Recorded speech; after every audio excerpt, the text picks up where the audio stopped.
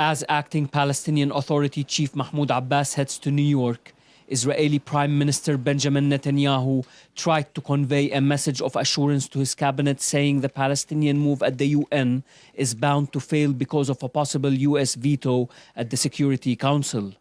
But Netanyahu's upcoming visit to New York and his plans to address the UN General Assembly on the same day the Palestinians plan to submit their request for full UN membership shows, if anything, Israel's heightened level of sensitivity to the matter.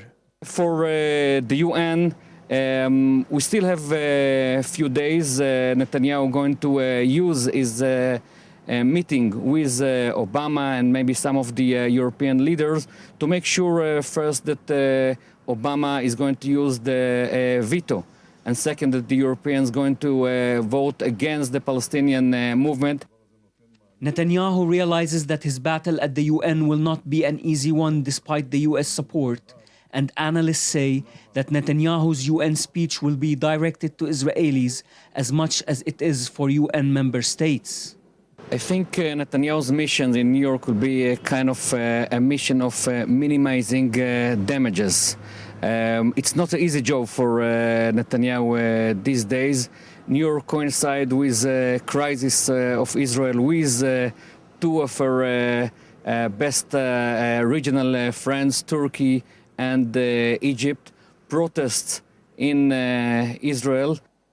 Many Israelis are indifferent to what is about to happen at the UN, but for some it is still not the right move as much as it's not the right time.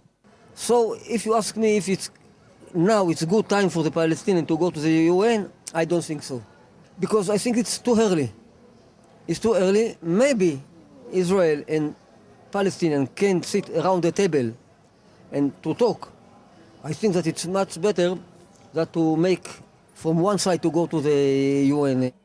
As Israel readies for a diplomatic showdown with the Palestinians and around 126 nations that support their bid, it has also raised its military preparations and now is planning to introduce an emergency law to deal with any mass protests in the occupied Palestinian territories following the UN vote.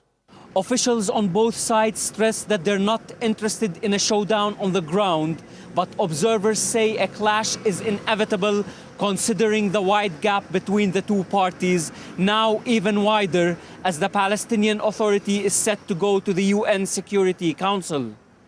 Ibrahim Husseini, Press TV, East Jerusalem, Al-Quds.